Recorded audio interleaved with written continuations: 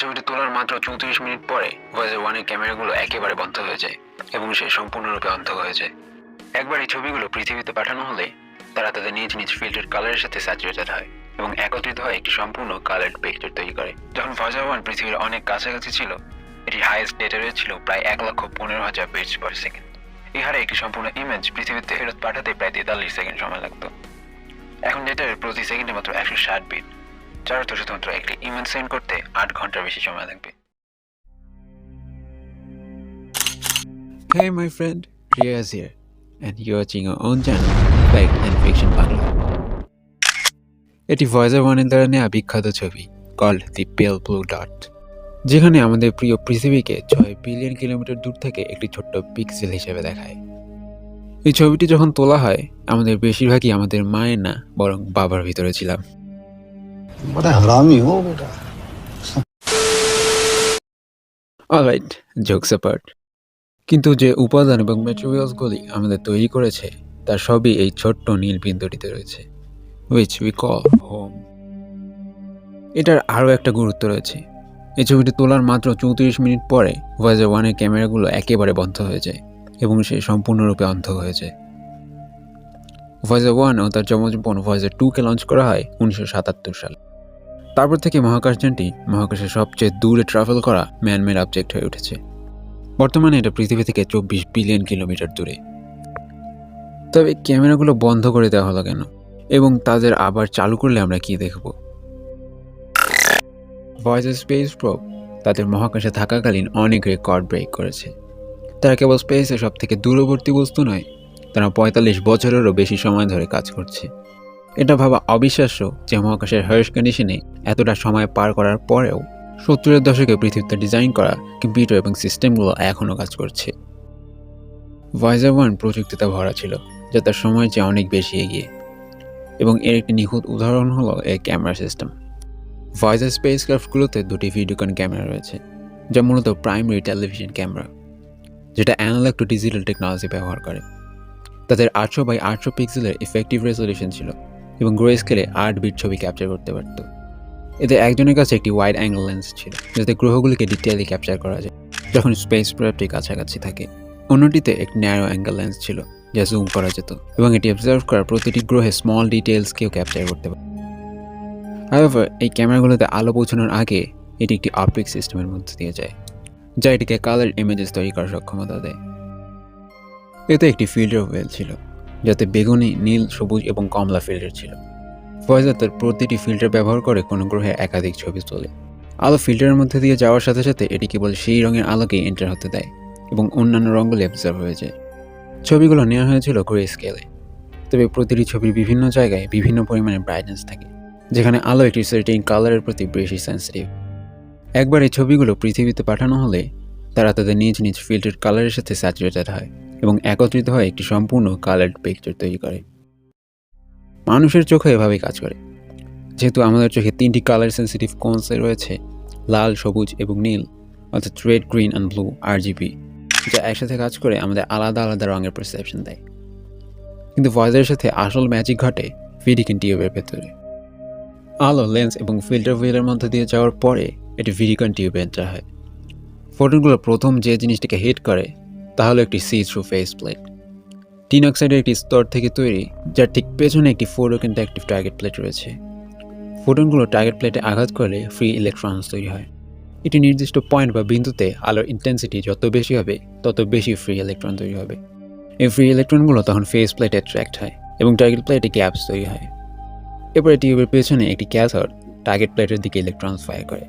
এই ইলেকট্রনগুলো টার্গেট প্লেটের গ্যাপসগুলো পূরণ করে, যাতে একটি ইলেকট্রিক সিগন্যাল তৈরি হয়।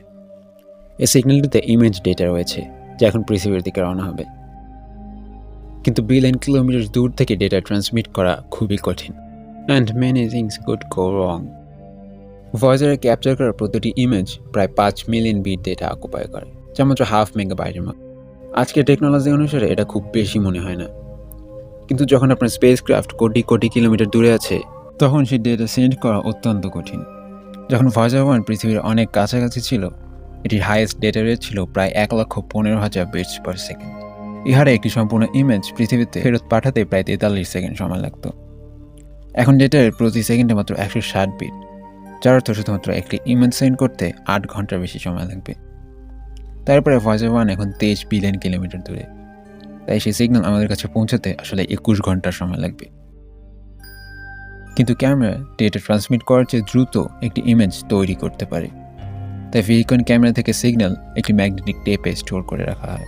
এই ডেটা ওভার দ্য টাইম তৈরি হয় এবং যখনই ভয়েজার 1 পৃথিবীর সাথে কমিউনিকেশনের একটি ভালো লাইনে আসে তখন সেটা ট্রান্সমিট করে দেওয়া হয়। বাট কেন ভয়েজারের ক্যামেরা 30 বছরেরও বেশি সময় ধরে চালু করা হয়নি? এর উত্তর পাওয়ার জন্য ভয়েজার 1 তার শেষ ছবি তোলার সময় কোথায় ছিল তা আমাদের দেখতে হবে। বিখ্যাত পেল ব্লু ডট ইমেজটি পৃথিবী থেকে 6 বিলিয়ন কিলোমিটার দূরে মহাকাশের একটি স্থান থেকে নেওয়া হয়েছিল।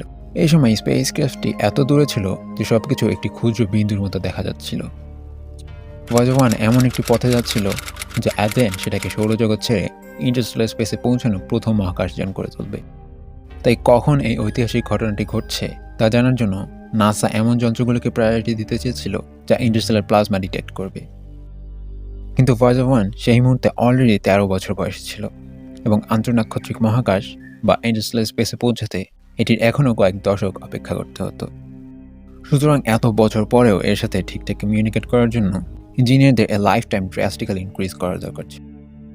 অনেক মহাকাশযানের মতো ভয়েজার 1 একটি আরটিজি দ্বারা পাওয়ার পায়, যা একটি তেজস্ক্রিয় অর্থাৎ রেডিও অ্যাক্টিভ ম্যাটেরিয়াল থেকে হিট গ্রহণ করে এবং তাকে ইলেকট্রিসিটিতে কনভার্ট করে।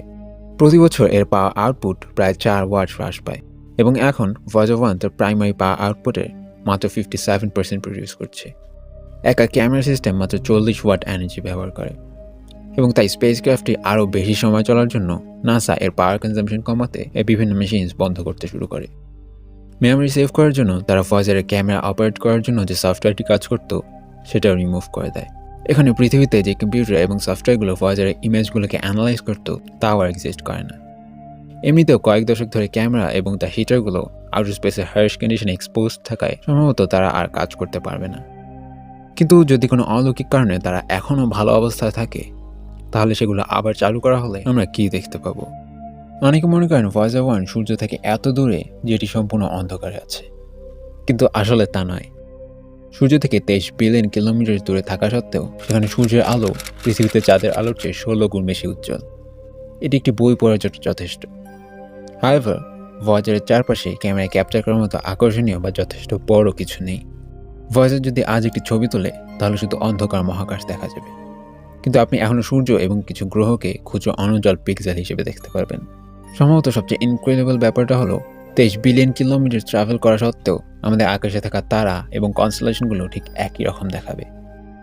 ভয়েজার যদি আমাদের গ্যালাক্সি একটা ভিন্ন পার্সপেক্টিভ চায়, তবে কনস্টেলেশনস বা নক্ষত্রপুঞ্জের সামান্য পরিবর্তন দেখতে হাজার হাজার আলোকবর্ষ ট্রাভেল করতে হবে, যেটা অবশ্যই ভয়েজার অবশেষে অর্জন করবে। তবে তখন আপনি আমি কেউই থাকবো না। সেখান থেকে হয়তো পৃথিবীকেও খুঁজে পাওয়া যাবে না। তবে মহাকাশে ভ্রমণ করতে থাকবে আমাদের এবং আমাদের পৃথিবীর চিহ্ন। ভয়েজারের সাথে পাঠানো একটি গোল্ডেন সিডিতে মহাকাশে ঘুরে বেড়াচ্ছে আমাদের ভাষা, সংস্কৃতি, জ্ঞানবিজ্ঞান এবং চিন্তাভাবনা। এই গোল্ডেন রেকর্ডে শখানেক ভাষার মধ্যে আমাদের প্রিয় বাংলা ভাষা অন্যতম। এ সম্বন্ধে জানতে এই ভিডিওটি দেখতে পারেন। তো আজকের ভিডিওটা এই পর্যন্তই। ভালো থাকবেন, দেখা হবে আবার অন্য কোনো ভিডিওতে। Until next week, my friend.